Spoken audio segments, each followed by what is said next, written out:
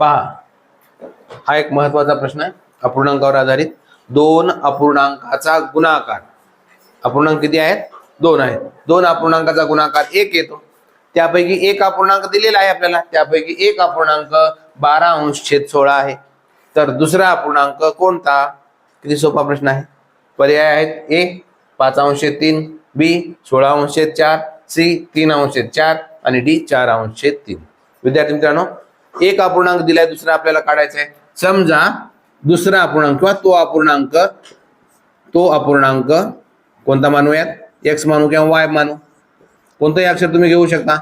तो अपूर्णांक वाय कोणता? मग त्या दोन अपूर्णांकाचा गुणाकार 1 वाय आणि दुसरा अपूर्णांक कोणता आहे? 12/16. यांचा गुणाकार किती येतो? 1 येतो. आता चला समीकरण सोडवा.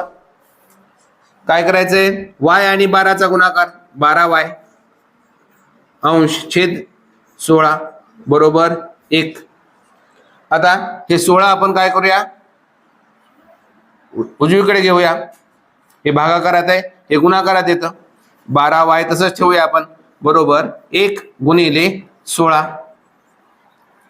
आता y बरोबर, आता फक्त y डावीकडे ठेवूया आपण, म्हणजेच हे 1 गुणिले 16 आपण ठेवलं भागिले हे 12 गुणाकारात आहे बरोबर चिन्हाच्या उजवीकडे येताना ते भागिले मध्ये जातं. काय आलं? y बरोबर 1 गुणिले 16 भागिले 12. आता याला संक्षिप्त रूप द्या. कोणत्या तरी दोघांना एका संख्येने भागा. 4 ने भागूया. 4 त्रिकम 12, 4 जोग काय उरलं? 4 आणि 1 म्हणजे 4 1 4/3. आता 4/3 ला पुन्हा संक्षिप्त रूप जात नाही, कारण 3 ही मूळ संख्या आहे. म्हणजेच दुसरा अपूर्णांक आला. तो अपूर्णांक कोणता आहे? 4/3. पर्याय कुठे आहे? 4/3 पर्याय क्रमांक 4 ला आहे.